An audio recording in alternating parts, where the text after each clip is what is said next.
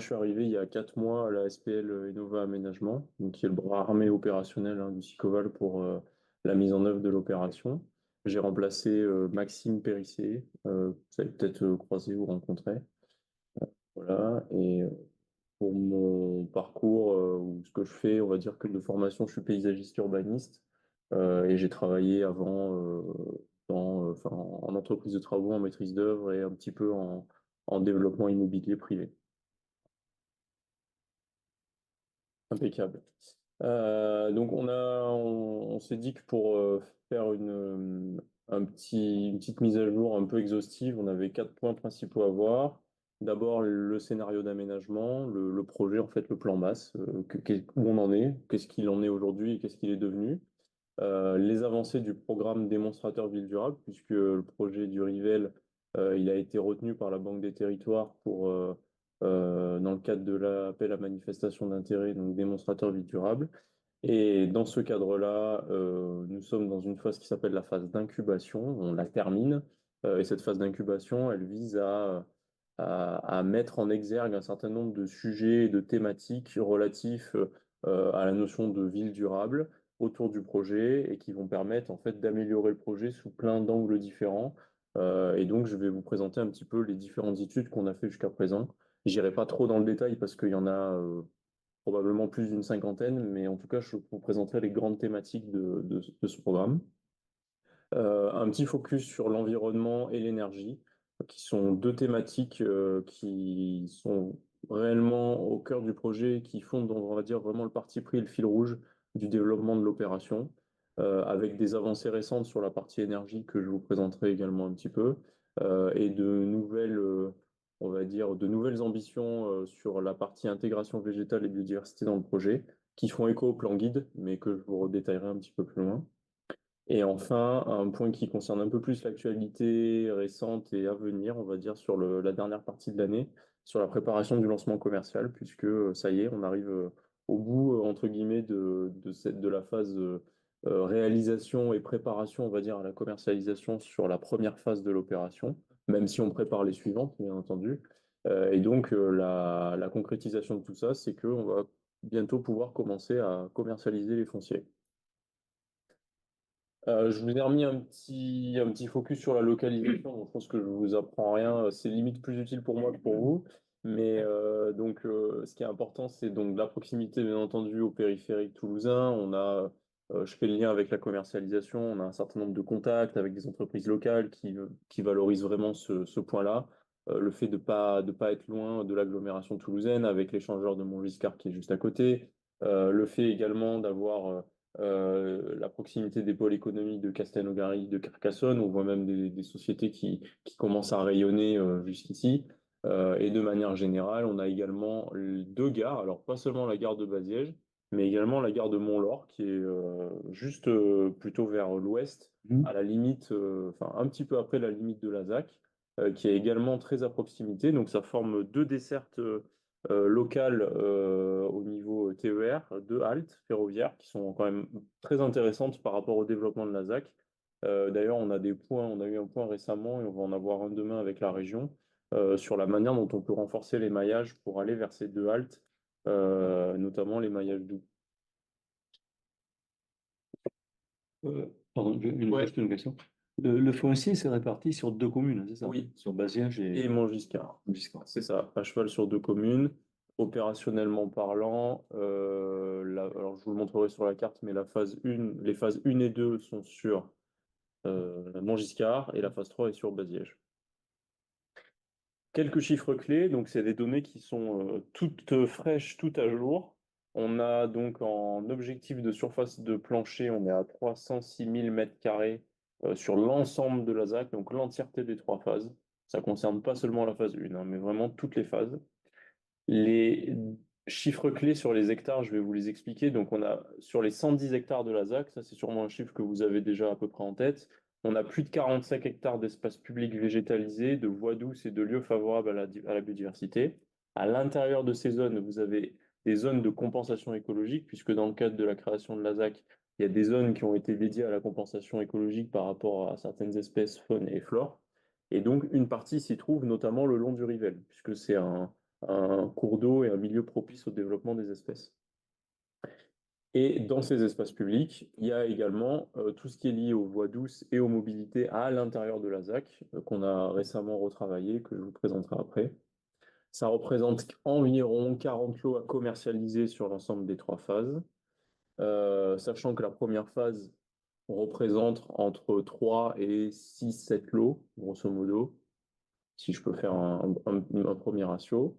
Et donc, sur les 110 hectares, vous avez réellement 55 hectares cessibles, donc ça veut dire que ce sont les emprises foncières réellement vendables aux entreprises et aux sociétés qui vont s'installer.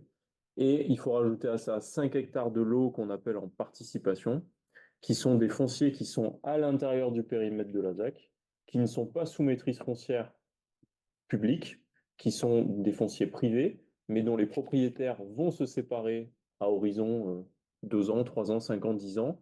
Et donc, ils percevront directement le fruit de la vente, mais ces lots-là participeront financièrement à la création de la ZAC. Voilà. C'est ce qu'il faut retenir, c'est que même s'ils ne sont pas dans notre périmètre de possession foncière, ils vont quand même participer à la création de la ZAC financièrement parce qu'ils sont à l'intérieur du périmètre. Ça ne représente pas la majorité du projet. Et, et donc, on est d'accord, parmi les 55 hectares à construire, c'est pas ces 55 qui vont être construits, ça dépendra du porteur de projet. Le porteur de projet peut acheter un lot et C'est ça. choisir sur cette partie de construire uniquement une certaine surface. C'est ça. Et je dirais même que la constructibilité, enfin, la réelle emprise construite, ce ne sera pas 55 hectares, ce sera encore moins que ça. Puisque à l'intérieur de ces 55 hectares, vous avez également tout ce qui peut être relatif à la desserte du propriétaire, à ses aires de giration, à ses aires éventuellement de stockage, mais également aux espaces végétalisés de pleine terre, parce que ça va faire partie du cahier des prescriptions, tout ça. Donc, 1 hectare acheté, c'est pas 1 hectare construit, c'est 1 hectare exploitable. Et nous, au travers du cahier des prescriptions, on fixe des règles qui disent, voilà, vous pouvez aller jusqu'à 30% de constructibilité. Mais on en reparlera tout à l'heure, notamment par rapport aux hauteurs, parce qu'il y a un vrai enjeu.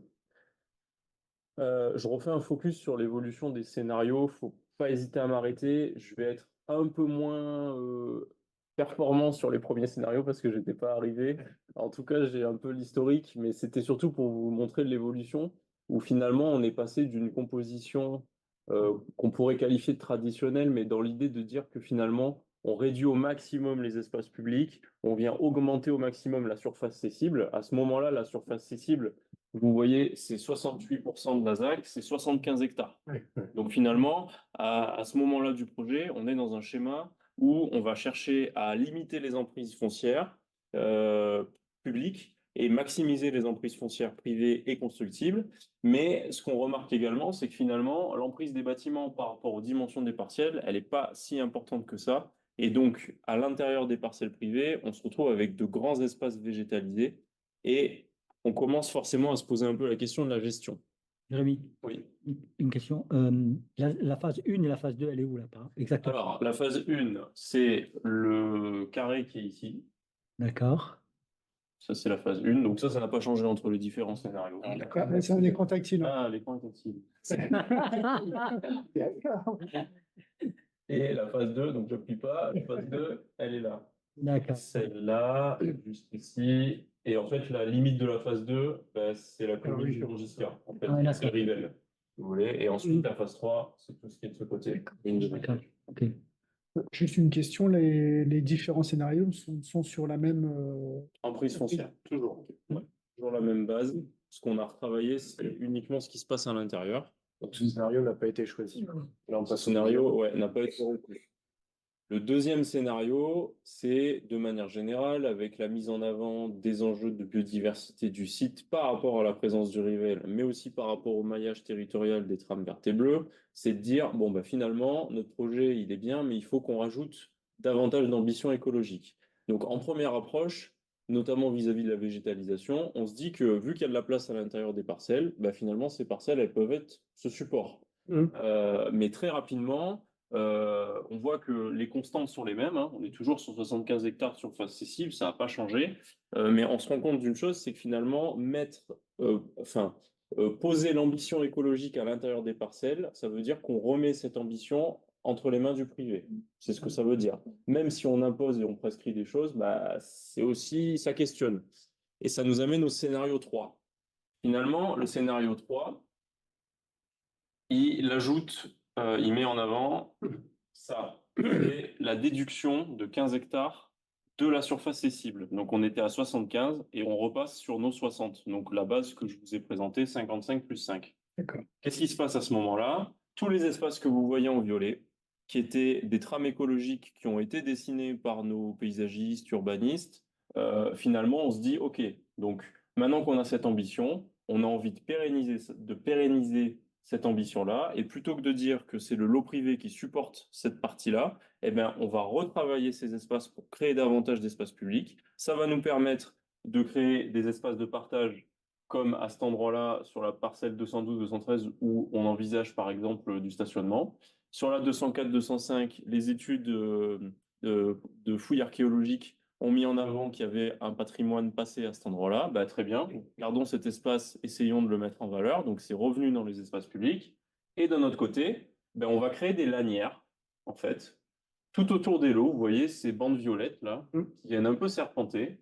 Et finalement, quand on voit ça, on se dit que c'est assez évident parce que le maillage des trams douces, c'est-à-dire la circulation vélo et piétonne, bah, on la voit assez facilement avec ces trams violets. On se dit que finalement, c'est une bonne chose parce que c'est à la fois le support de nouveaux corridors écologiques et le support d'une végétalisation plus importante, notamment aussi dans l'idée d'aller lutter contre les îlots de chaleur, parce qu'on va quand même créer un nouveau quartier de A à Z.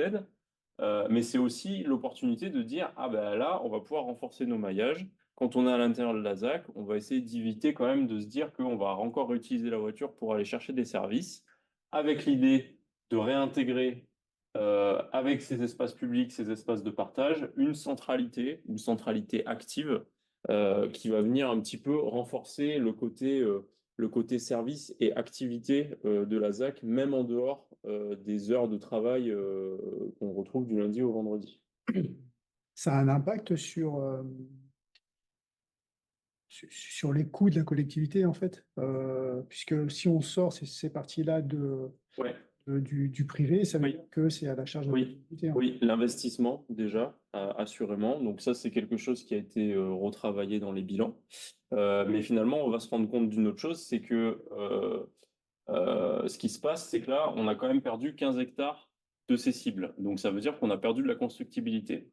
Mais en fait, pas tant que ça, parce que dans les précédents scénarios, on réfléchissait à des choses qui étaient entièrement en rez-de-chaussée. On n'avait pas forcément pensé au R+1 ou à ce qui pouvait se passer au-dessus.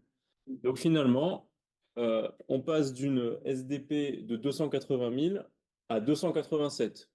Ce qui est étonnant, parce qu'en fait, d'un côté, on réduit l'accessible et de l'autre, on arrive à augmenter les planchers. Mais en fait, ce qui se passe, c'est que toutes les hachures que vous voyez en blanc, bah, on vient chercher de la hauteur. D'accord. En fait, on commence à se poser la question et à se dire, ah ben en fait, bah, on monte en fait. Allons chercher de la verticalité, on réduit les emprises, mais on monte. Donc ça, c'est quand même une grosse avancée par rapport à ce scénario.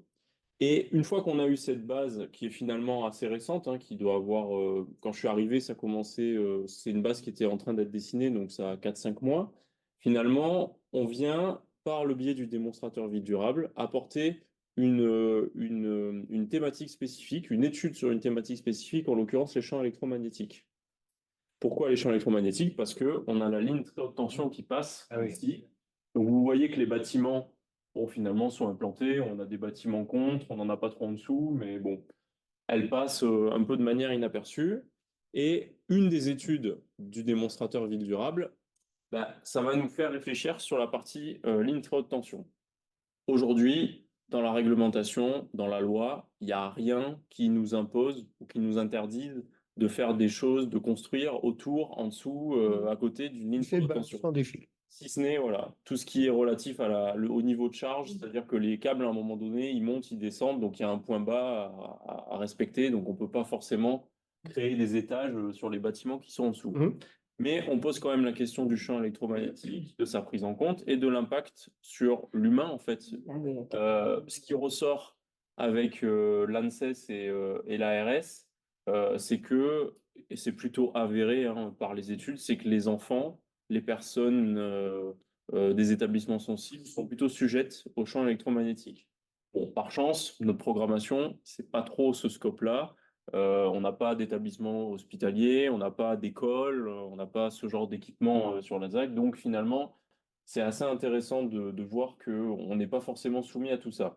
Pour autant, c'est pas parce qu'on n'y est pas soumis qu'on peut pas prendre un principe de précaution. Et c'est un peu l'idée de ce dernier scénario. Finalement, c'est le scénario 3, c'est le même que le précédent, mais on va l'adapter un petit peu par rapport à la constructibilité des bâtiments pour le rendre un peu plus précautionneux vis-à-vis de la présence de la ligne très haute tension. Donc, concrètement, là, vous voyez des propositions d'implantation qui sont pas forcément à jour, mais voilà, qu'on est en train de retravailler. C'est l'idée de dire que, au travers du cahier de prescription, on va inciter les entreprises à, dans une bande de 30 mètres et en dessous des lignes très haute tension, à limiter l'occupation humaine. C'est-à-dire que dans les fiches de l'eau, on va inciter les sociétés à, par exemple, mettre du stockage en dessous, mais pas à mettre leurs activités de fonctionnement ou leurs bureaux, à laisser les espaces en dessous dans leurs espaces de pleine terre qu'ils doivent respecter, bah, mettez-les plutôt en dessous des lignes, parce que la végétation, finalement, avec ou sans ligne, elle poussera. Ou alors vous avez des espaces de giration ou de stockage en plein air à prévoir, bah, mettez-les là, mettez-les en dessous, parce que les gens vont pas rester. C'est juste des espaces de passage, et à ce moment-là, on sait que l'impact et l'influence des champs électromagnétiques sera limitée par rapport à l'occupation humaine. 30 mètres, c'est une prescription de la- C'est pas réglementaire. C'est une proposition du bureau d'études qui prend un peu le pendant de l'ANSES qui dit 50, de l'autre côté, public sensible, on dit plutôt 100 mètres, et qui dit que principe de précaution par rapport aux adultes et au fonctionnement économique de la ZAC, bah, plutôt 30 mètres, quoi. Principe de précaution. Encore une fois, c'est pas un chiffre avéré, quoi. C'est une proposition qu'on a retenue. On a décidé de retenir. Est-ce que cette servitude, donc, elle va pouvoir être réutilisée pour, pourquoi pas dessiner une forme de trame verte aménagée, entre guillemets? Parce que là, on ne parle pas du coup, d'exposition à des publics fragiles, mais finalement, si c'est pour, je sais pas, de la... Ouais, Ça, en partie, en fait, déjà les espaces qui sont au violet, on voit qu'ils sont pas mal en dessous. Bon, là, ça s'écarte un petit peu. Ici, il y a un vrai sujet, hein. Ici, clairement, alors là, je vous le dis tout de suite, je suis dans le dur, hein, on est en plein dedans. Donc, on est en train de voir comment travailler avec ça, parce que finalement, si on donne des préconisations, on va pas donner aux entreprises des lots qui font ça, quoi, parce que du coup, ça n'a aucun sens. Ça veut dire que l'exploitation du lieu n'est pas possible. Donc, on est en train d'y réfléchir pour voir comment on peut travailler ces espaces. Est-ce que ça peut pas être des espaces de mutualisation de stationnement, par exemple, ou de mutualisation de stockage? Les entreprises pourraient être implantées un peu différemment. Donc, voilà, ça, c'est un travail qu'on lance pour voir comment ça peut se mettre en place. Parce que là, les voies de circulation, elles s'appuient sur des choses existantes ou elles sont... Tout ce qui est voie ici, là, Ouais. c'est tout créé de A à Z, sachant qu'aujourd'hui, en travaux, en chantier, ça, c'est ce qui s'appelle le TOARC, c'est le marché du TOARC, mais vous avez donc le franchissement de la voie SNCF qui permet la suppression du passage à niveau ici, avec la déviation de la nouvelle route départementale 16 qui est là. Donc ça, c'est en travaux. Et tout ça, dans un an, c'est terminé. Mais donc là-dessus, Voilà. vous avez pas de- Donc on va dire que la trame bière principale, elle est déjà en chantier, elle est déjà partie parce que effectivement, on aurait pu se dire que finalement, au lieu de faire ça, bah, Et on passe- on aurait eu envie de faire ça, c'est sûr. c'est bon, ça. Voilà. Après, non, mais c'est un ouvrage. Mais ça, c'est l'ouvrage d'art. Ça fait 5 ans que les créneaux sont calés, et que c'est arrêté. Donc voilà. Disons que l'arrivée du programme démonstrateur vie durable, ça a remis le sujet des champs électromagnétiques sur la table et que pour limiter un peu l'impact sur la partie foncière, on l'a quand même intégré sous forme de préconisation. Mais plutôt que de dire ah ben, on perd complètement l'espace, non, on le perd pas, on l'exploite différemment, c'est tout. Et c'est un peu ça la force du truc, quoi. Les zones ABCD, là, c'est... Alors, ABCD, ah ben, ce sont les fonciers privés, c'est nos 5 Ah, c'est hectares. ok. Ceux-là, c'est ABCD. Voilà. C'est des fonciers qu'on n'a pas acquis, qui restent dans le domaine privé, mais qui, tôt ou tard, sont vendus par leurs propriétaires, quoi. Et donc, on arrive au dernier plan masse. Donc, ça, c'est la finalisation, on va dire, du plan directeur. Voilà, c'est un peu plus graphique, c'est un peu plus sympa. Donc en gros, c'est un extrait, hein. C'est un extrait du plan masse. Ça repositionne les zones de compensation que vous avez avec des petits points ici, donc ici, là et là. Ça illustre enfin on va dire les grandes intentions. Donc là, par exemple, d'avoir du stationnement ici d'avoir des espaces publics et un espace de valorisation du patrimoine, ici peut-être d'avoir un petit peu de stationnement déporté. Là, on a nos fameuses zones violettes. Bah, finalement, on peut créer par exemple des vergers, des espaces de repos, de détente aussi. Donc, ça reste des intentions. Tout n'est pas encore figé et dessiné aujourd'hui, mais en tout cas, les intentions sont là. C'est l'objet du plan guide, c'est de donner les intentions. Et également, comme on a quand même un maillage hyper intéressant qui chemine tout au long de la ligne 3, de la phase 3, pardon, et qui vient un peu à l'arrière des lots, dans un espace un peu plus confidentiel, ben on se dit que c'est peut-être aussi le bon endroit pour faire un parcours santé, un parcours bien-être, créer un espace où finalement entre midi et deux, ben, on va faire un petit tour pour changer les idées, mais on n'est pas le long de la route, quoi. On passe un peu dans des chemins alternatifs. Voilà, c'est un petit peu l'idée du plan masse. Ouais. Juste pour bien repérer, le premier échangeur qui est en bas, c'est l'échangeur de l'autoroute. C'est ça, c'est Le celui-là. deuxième, Le c'est péage l'échangeur actuel qui va à Badiège. à Badiège, exactement. Qui avant partait sur le passage niveau. C'est ça. Ouais, machin. D'accord. C'est ça. Et le haut là-bas, le dernier, il va où Celui-là? Non, complètement à droite. Ici? Oui. Alors ici, l'échangeur s'arrête et il rejoint. Alors ici, il s'arrête. Alors il y a un potentiel projet de prolongement de la route départementale pour faire un contournement de Baziège. Voilà. Donc ça, j'avoue que je ne peux pas vous en dire plus parce que je ne sais pas à quel stade ça en est, mais en tout cas pour clôturer, on va dire, le maillage à l'échelle locale, il y a cette voie qui permet de rejoindre la D95, je pense, et avec cette voie qui est aussi Rejoint départementale et qui rejoint Baziège de l'autre côté. Voilà. Et qu'est-ce On que est d'accord dans la représentation graphique, là, juste pour être clair, du coup, au niveau du foncier constructible, Ouais, c'est pas forcément ça qui va apparaître, hein. ouais, Ça dépendra des formes urbaines, C'est ça. des aménageurs et des porteurs de projets. c'est ça. C'est en Le fait, grand rectangle, c'est pas forcément Oui. une énorme. puis, c'est pas forcément le projet qui sera fait. C'est l'important du plan guide, c'est plutôt de donner le fil conducteur et la direction du projet. Il est encore en cours de finalisation, mais si vous voulez, on pourra vous le transmettre. Ce sera abouti parce qu'il y a des planches programmatiques, des planches sur les déplacements, des planches thématiques en fait, qui vont donner les grandes ambitions du projet. Et par exemple, sur la partie construite, finalement, ici, on peut très bien avoir un seul porteur de projet, comme on peut en avoir trois ou quatre, parce qu'on va décider de découper une parcelle. Vous pouvez faire de l'eau à Bien la sûr, commande. bien sûr, bien Ouais. sûr. C'est l'objectif. Et c'est ce sur quoi on travaille sur la phase 1. Aujourd'hui, on a figé le plan guide. On va travailler sur le cahier des prescriptions et dans le même temps, la fiche de l'eau. Donc, c'est en gros, qu'est-ce qui se passe à l'intérieur de ça? Et c'est là qu'on est en train de regarder avec l'architecte pour voir comment on peut découper à l'intérieur de ce lot. Donc, on descend à chaque fois d'une strate dès qu'on a calibré quelque chose. Eh bien, on descend d'un niveau pour arriver au niveau de précision le plus important qui nous permet de commercialiser en fait. Donc, comme vous disiez sur une de vos précédentes slides, environ 40 lots, C'est très estimatif. Ouais, Ouais, c'est très estimatif parce que si on se retrouve finalement avec, je sais pas, ça peut être dans un sens comme dans l'autre. Si demain, ici, il y a une entreprise qui nous dit, ah ben non, moi j'ai besoin des deux, bah, pourquoi s'interdire de relier les deux parcelles? Donc, on peut en faire moins comme on peut en faire plus. Il y a des parcelles qui s'y prêtent, d'autres qui s'y prêtent moins. Voilà, ça s'étudie, ça se regarde, quoi. C'est vraiment du cas par cas. Voilà.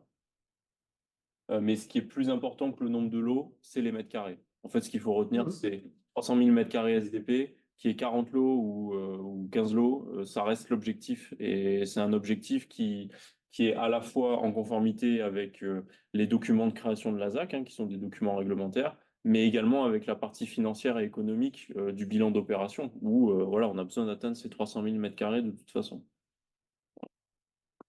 En bleu, c'est Oui. les. Alors, en bleu, c'est c'est le cours d'eau, Le cours d'eau, c'est ouais. Rivelle. Ok. C'est Rivelle. Voilà.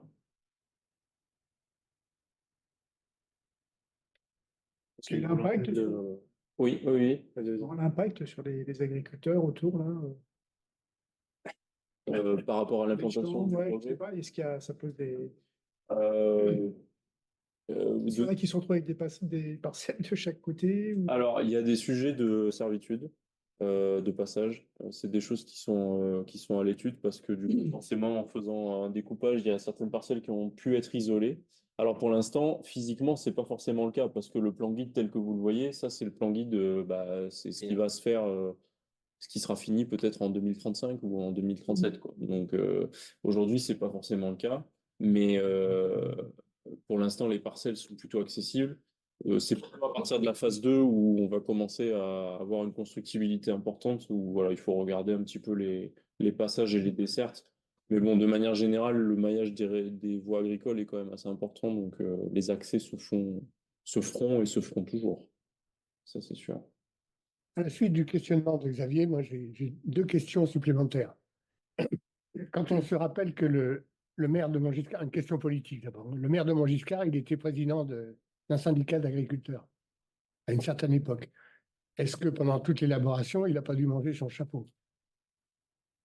Rémi, toi qui- Là, en fait, c'est un projet qui est passé en commission agricole au niveau départemental et tous les syndicats agricoles ont voté favorablement. Ah, c'est vrai. Ouais. Confédération paysanne, FDSEA et les jeunes agriculteurs. Donc l'opposition qu'on a lu et entendue partout, elle était symbolique. C'est Non, que non, non. c'est les syndicats. Après, les agriculteurs eux-mêmes, ils sont pas tous Voilà. représentés par leurs syndicats. Et oui. Et c'est un mode de représentativité quand même qui a du sens. Oui, d'accord. Là, les trois grands courants ont voté favorablement à toutes les instances de CDPNAF, CDOA, etc. Et deuxième question, toujours sur l'agriculture, est-ce qu'il a été envisagé comme, puisque cette opération va s'étaler sur 20-30 ans peut-être, comme on avait fait sur l'Inopol à l'époque, de signer des baux d'utilisation aux agriculteurs sur la tranche qui était rejetée à C'est déjà le cas. 15-20 ans? C'est déjà le cas. C'est déjà le cas? Oui, oui. Ah bah c'est bien. Tout reste Parce en, que ça calme quand même, hein. tout reste en culture pour que les tranches ne sont pas lancées. C'est le cas et c'est juste un peu en stand-by sur la phase 3 parce qu'on a l'INRAP et la DRAC pour les fouilles archéologiques qui ne D'accord. répondent pas. Donc, Et comme les agriculteurs ne sont pas très, très jeunes, ça peut résoudre le problème à la limite. Non, là, en l'occurrence, on a des agriculteurs exploitants qui ne sont pas tous âgés. Fukushima, ah bon.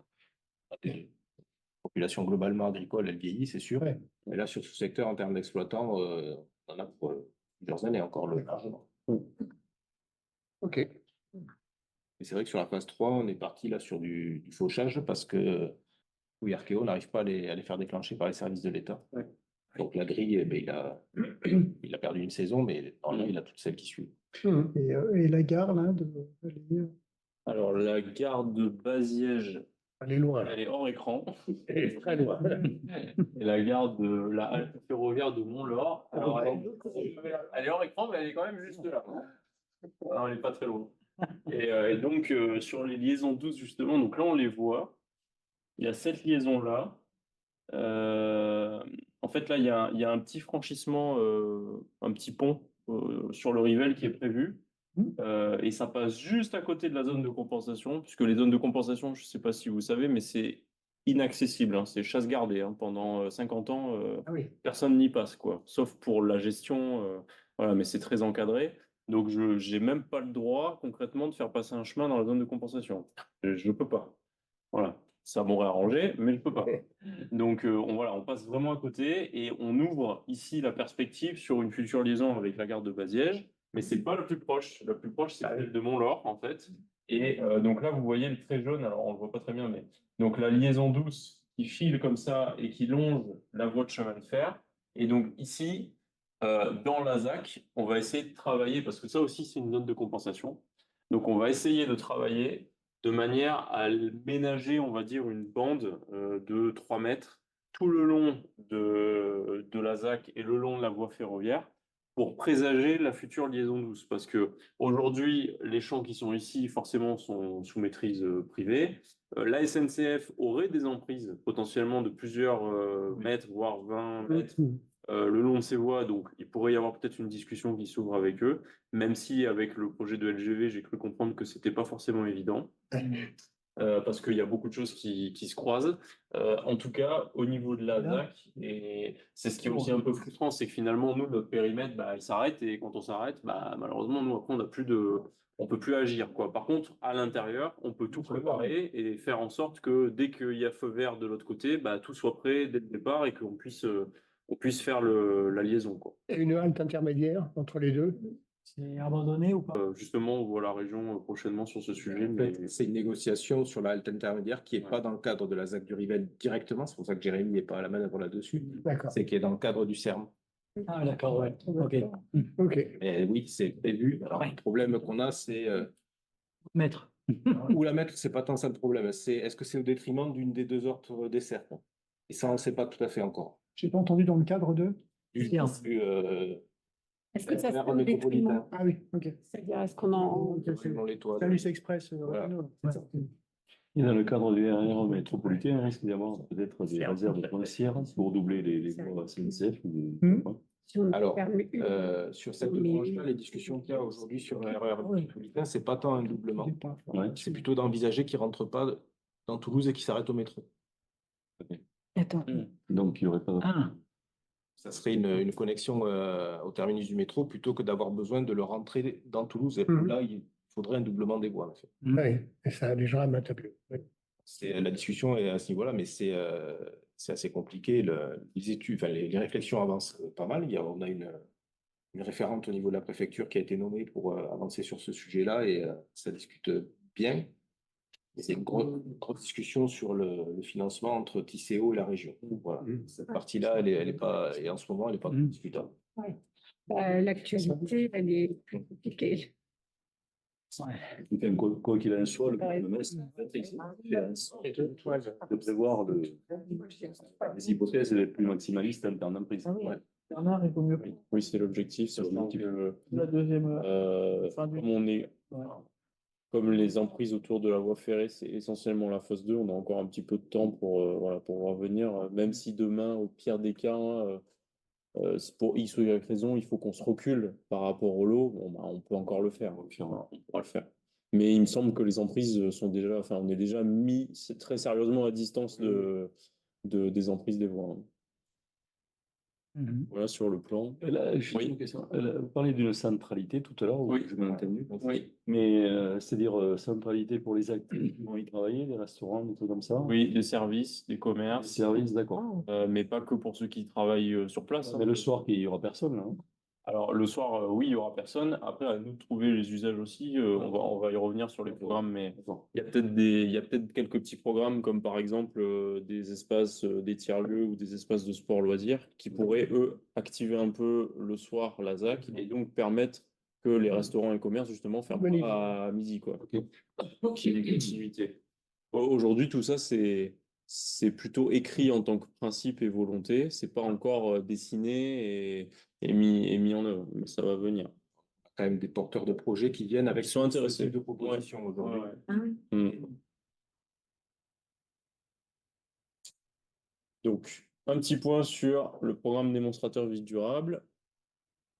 Donc, il y a 34 actions qui sont regroupées en 5 grands axes. Je vais plutôt vous présenter déjà les axes. Donc, c'est produire à moindre coût des énergies renouvelables, construire des espaces publics et privés à faible émission de gaz à effet de serre, développer un urbanisme frugal, performant, préservant la biodiversité, mieux gérer l'eau, ça c'est un très gros sujet, et accompagner les porteurs de projets dans l'atteinte des objectifs quartier durable et garantir leur modèle économique. Donc finalement, pour chaque axe, on a des actions qui sont déclinées et qui vont venir elles-mêmes donner lieu à d'abord des études et ensuite probablement des investissements. Donc ça prend la forme soit d'ingénierie, c'est-à-dire d'études, soit d'investissement, et là c'est plutôt des travaux. Donc là, vous avez les actions. Donc je vais pas y passer beaucoup de temps, mais vous avez vu, hop.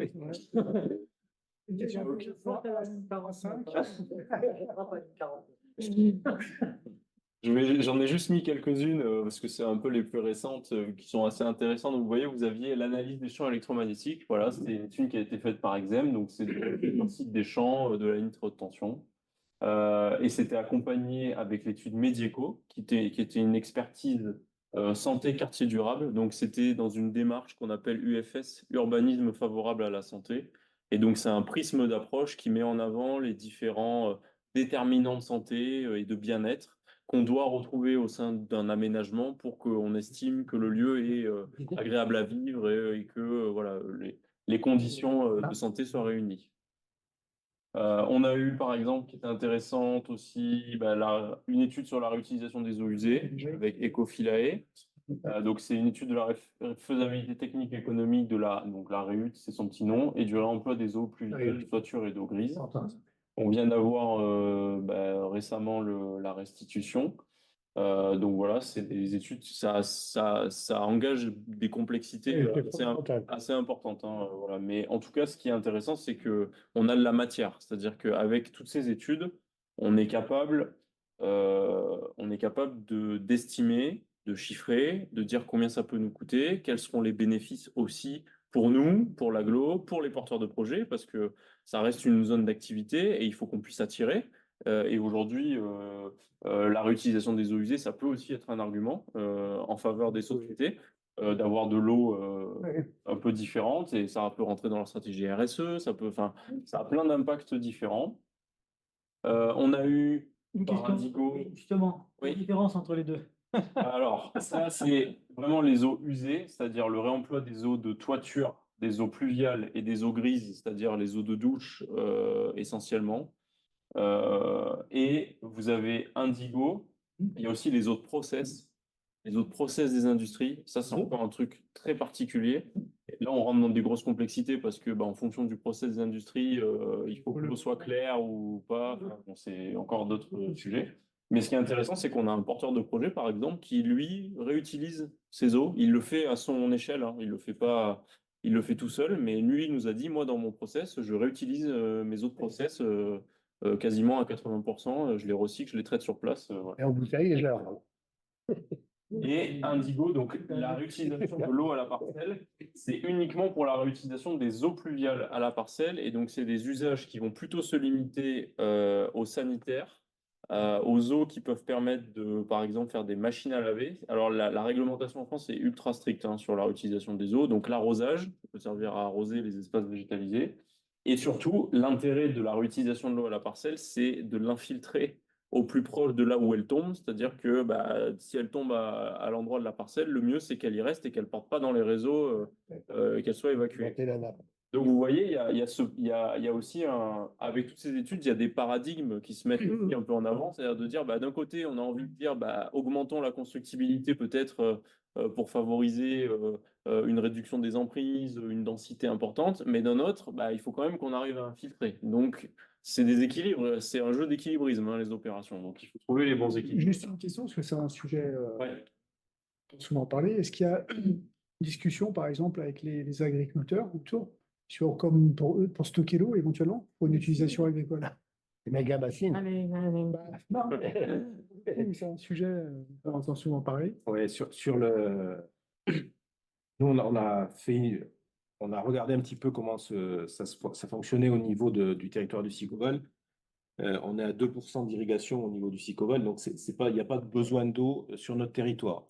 Par contre, ça n'empêche pas qu'ils sont militants pour des retenues. Voilà. Ah oui. Des fois, on a un peu Par principe. voilà. Ouais. Et par solidarité, par dynamique sur ces. Par anticipation, peut-être. Au cas où. Après, il y a justement les changements de culture. Voilà, donc du coup, nous, ce qu'on a travaillé, c'est qu'on a un partenariat dans un cadre d'un gros programme européen où on a modélisé notre territoire en termes de pratiques culturales, de ressources en eau. Donc c'est avec une maille presque à la parcelle.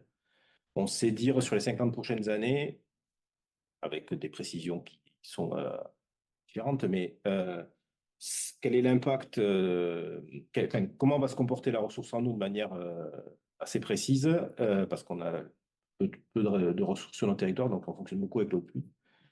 Et quel est l'impact sur cette ressource des évolutions de pratiques culturelles. Et donc aujourd'hui, on travaille avec le monde agricole, on doit leur présenter cet outil-là pour voir s'ils peuvent le consolider, le fiabiliser.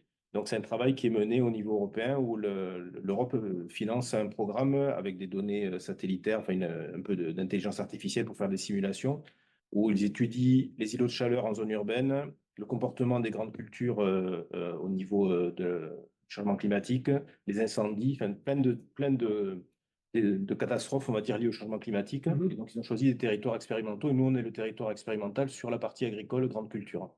En région Montpellier, ils font tout ce qui est Îlot-Chaleur urbaine dans Montpellier et plutôt les fruits, etc., impact sur les fruits.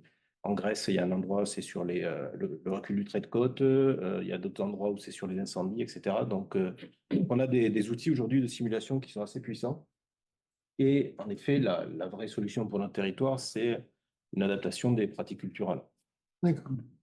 pour notre territoire, hein, je parle Mhm. pas. Ouais. Voilà. Et donc ça, c'est des éléments qu'on a. Alors, on a essayé de voir les agriculteurs ces temps-ci, c'est un peu compliqué, ils sont tous rentrés en moisson, donc c'est prévu en septembre, octobre, on a un temps où on va consolider cet outil avec, c'est un laboratoire qui est sur Tramobile qui s'appelle Terranis qui nous accompagne là-dessus.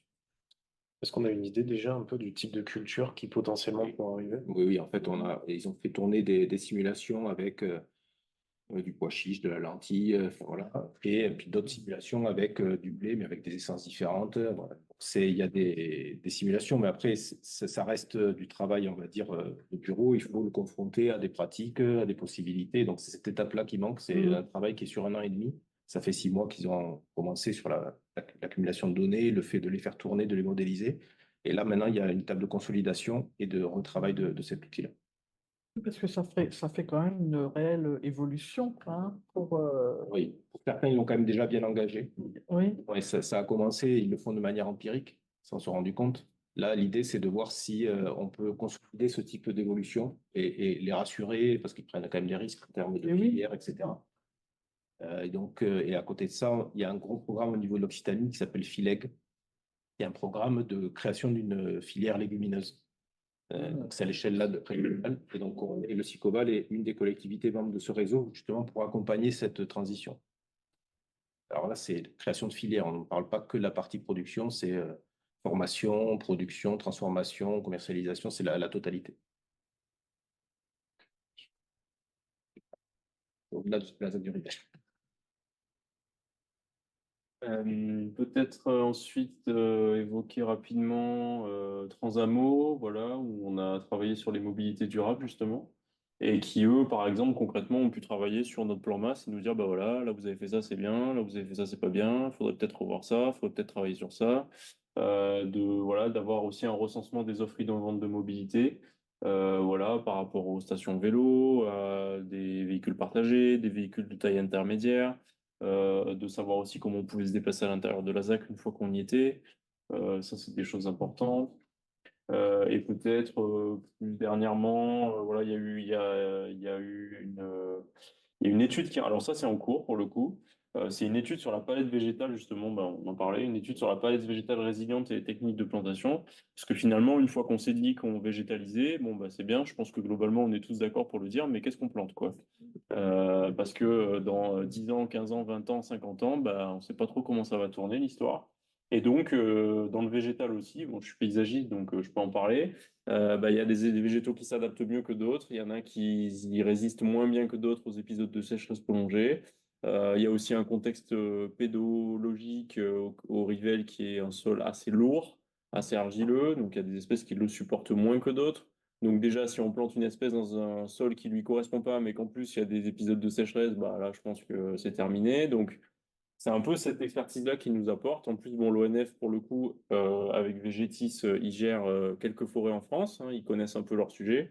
Et on a aussi ce retour d'expérience que de dire, bah voilà, cette essence-là, elle est en difficulté, ou alors au contraire, celle-ci se développe.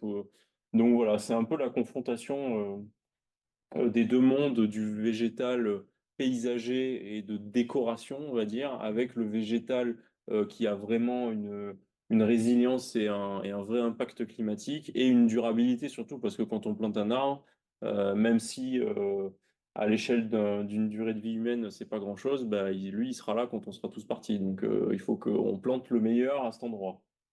Donc c'est un peu l'idée. Est-ce que ces études elles dialoguent par exemple avec celles de la biodiversité? Oui, Ils ont pu voir des. oui, et c'est en fait c'est là où c'est peut-être le plus difficile, c'est que toutes ces études mises bout à bout, des fois elles sont contradictoires les unes avec les autres. En fait, vous avez bah, ici par exemple, hein, là Ecofilae va vous dire bah, les eaux de toiture il faut les stocker et puis il faut peut-être les réutiliser. Et puis d'un autre côté, ou alors les stocker dans un bassin, je sais pas. Et d'un autre côté, bah, peut-être que non, en fait, il faut les infiltrer au maximum. Donc on va pas les stocker, on va les laisser partir dans le sol. Après, vous avez aussi l'étude mobilité qui peut vous dire bah, peut-être qu'il faudrait réfléchir à des solutions de mutualisation de stationnement. Et de l'autre côté, quand vous discutez avec les contacts, ils vous disent ah non, non, moi je veux être chez moi, je veux pas avoir d'autres entreprises qui viennent garer les camions ou qu'on les ait tous au même endroit. Donc vous voyez, il y a plein de choses qui se mettent en place et finalement, notre job, c'est d'arriver à trouver le bon chemin au milieu de tout ça et de dire bah, finalement, si on respecte ça, peut-être qu'on peut faire ça, mais qu'est-ce qu'on va prioriser plutôt de notre côté?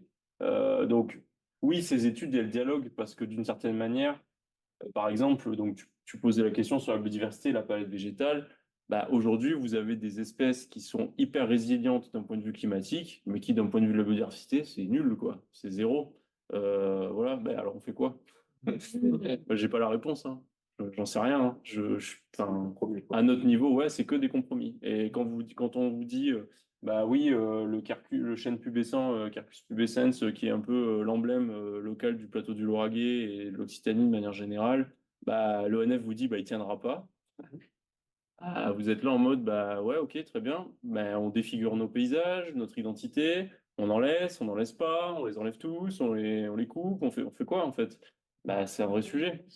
Et je vous dis, personne n'a la réponse, hein, mais vraiment personne. Donc, bah, on se dit, bah ok, peut-être qu'on va en garder. Est-ce qu'on va aller un petit peu plus loin dans la sélection variétale et végétale? On va aller chercher une génétique peut-être de certaines essences qui sont plus résistantes. Donc, on essaye de rentrer dans les sujets. Donc, vous devez impliquer les pépinières, vous devez travailler avec les horticulteurs, vous devez savoir qui les cultive. Et donc, ça, c'est un sujet, hein. Il y a 34 actions et il y a autant d'études qui vont derrière. Donc, vous voyez après la dimension du travail que ça représente, quoi. Juste peut-être pour dire en termes de méthode, l'étude menée par le Conservatoire des espaces naturels et l'Office national de la forêt sont pilotées par la SPL Enova, mais en interne par les mêmes techniciens au niveau du SICOBAL. Donc, on a une capacité à faire la synthèse de ces données pour accompagner aussi Enova là-dessus. Concernant l'ONF en particulier, le résultat de leur étude, il est de dire il faut adapter la palette végétale. Par contre, il faut aussi laisser sa chance aux essences endémiques qu'elles s'adaptent. Et donc, leur doctrine, leur démarche suite à ce travail-là, c'est en effet de coupler le changement climatique, l'état de nos sols, le vent aussi, qui a un rôle qu'on n'imagine pas sur la croissance des arbres sur le Lauragais. Enfin, on l'imagine bien, mais perdu peut-être l'image. Ouais. Et donc, ils ont des préconisations qui sont très pragmatiques par rapport à la planète végétale. Ils ne sont pas du tout dogmatiques, justement. Ils ont une analyse très poussée parce qu'ils ont beaucoup d'expérience, ils ont étudié pas mal de paramètres. Par contre, ils sont un peu humbles quand même. Ils ont fait preuve d'humilité, en tout cas, sur leur capacité à anticiper les choses et la capacité aussi à la nature de s'adapter, justement. Donc, ils préconisent de laisser la chance à la palette, mais peut-être d'aider l'environnement à tester avec quelques essences qui, elles, sont sûres de pouvoir passer quelques étapes. Donc, c'est une approche assez complète. Et du coup, le CEN, qui travaille plutôt, lui, sur les végétaux en termes d'habitat, et indirectement sur la même logique. Voilà. Donc, il y a vraiment une compatibilité des différents travaux. Le Conservatoire d'espaces naturels accompagne le fonctionnement des espaces verts dans la ZAC, mais aussi en charge du suivi et des espaces de préservation et de compensation environnementale. Donc, il fait le lien, parce que là, on peut dire, les deux, non, les deux, c'est le même acteur qui le fait. Donc, on a fait attention à pas trop, à avoir les trop errants par rapport aux prestataires. Dans votre étude de mobilité de transport, là, est-ce qu'ils ont, vous avez déjà un peu réfléchi à la connexion avec le reste 2? Le Qui va reste jusqu'à du Montgiscard, c'est ça. Ramonville, Montgiscard. Je sais pas exactement où il passe, mais Le reste 2, il passe Castanet, Ozeville, Castanet, Daigne, Montgiscard. La 813. Le long de la 813. L'axe de la 813. L'axe de la 813, oui. Celle qui descend vers. En fait, qui est de l'autre côté, qui est après L'échangeur. l'échangeur.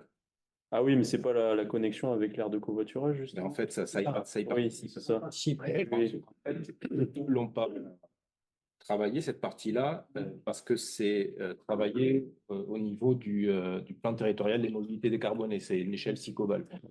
C'est la même chose, sauf que ne peut pas demander à la ZAC et Nova de... Oui, d'accord. C'est quand même quelque chose qui est dans les tuyaux, quoi. Tout à fait. En fait, il y a une méthodologie d'utilisation donc des rêves et du canal du Midi comme une ossature centrale et d'avoir des transversales avec les gares, les cœurs urbains, etc. Et donc, il y a une partie multimodale, donc parking de covoiturage, bus, vélo, qui est un des nœuds qui va connecter au Rivelle et de l'autre côté, va renvoyer vers la 113. Ouais, d'accord. Ok.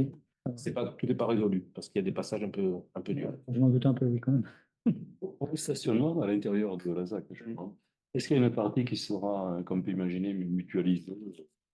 Alors, les employés différents d'entreprises ou pas? Il y a une partie, Ça, il y a ce concept qui a été étudié. ouais,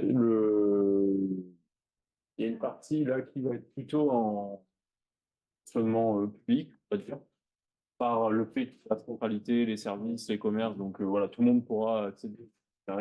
Après, à l'intérieur, bah, c'est un vrai sujet, c'est-à-dire que nous, on aimerait bien le pousser, et une mutualisation entre les différents porteurs de projets, mais ça nécessite que les porteurs de projets soient ouverts au sujet et surtout qu'ils aient la même temporalité à peu près de projet. Et ça, c'est une vraie difficulté. Donc voilà, aujourd'hui, Il faut imaginer quand même que les entreprises qui s'implantent, c'est pas toujours une entreprise, une parcelle. Ça peut être aussi un opérateur qui vient, qui maîtrise le bâtiment et il y a plusieurs entreprises à l'intérieur qui achètent ou qui louent, ça dépend. Et donc là, il y a une capacité en effet à prendre en compte ces sujets-là. Donc ça, ce sont en fait, les grandes lignes, c'est vous qui les fixez en fonction des ambitions qui ont été données à ce projet-là. Et après, il y a quand même une phase assez itérative avec les porteurs de projets pour optimiser, aller encore plus loin sur ces sujets-là, mais il faut avoir un interlocuteur.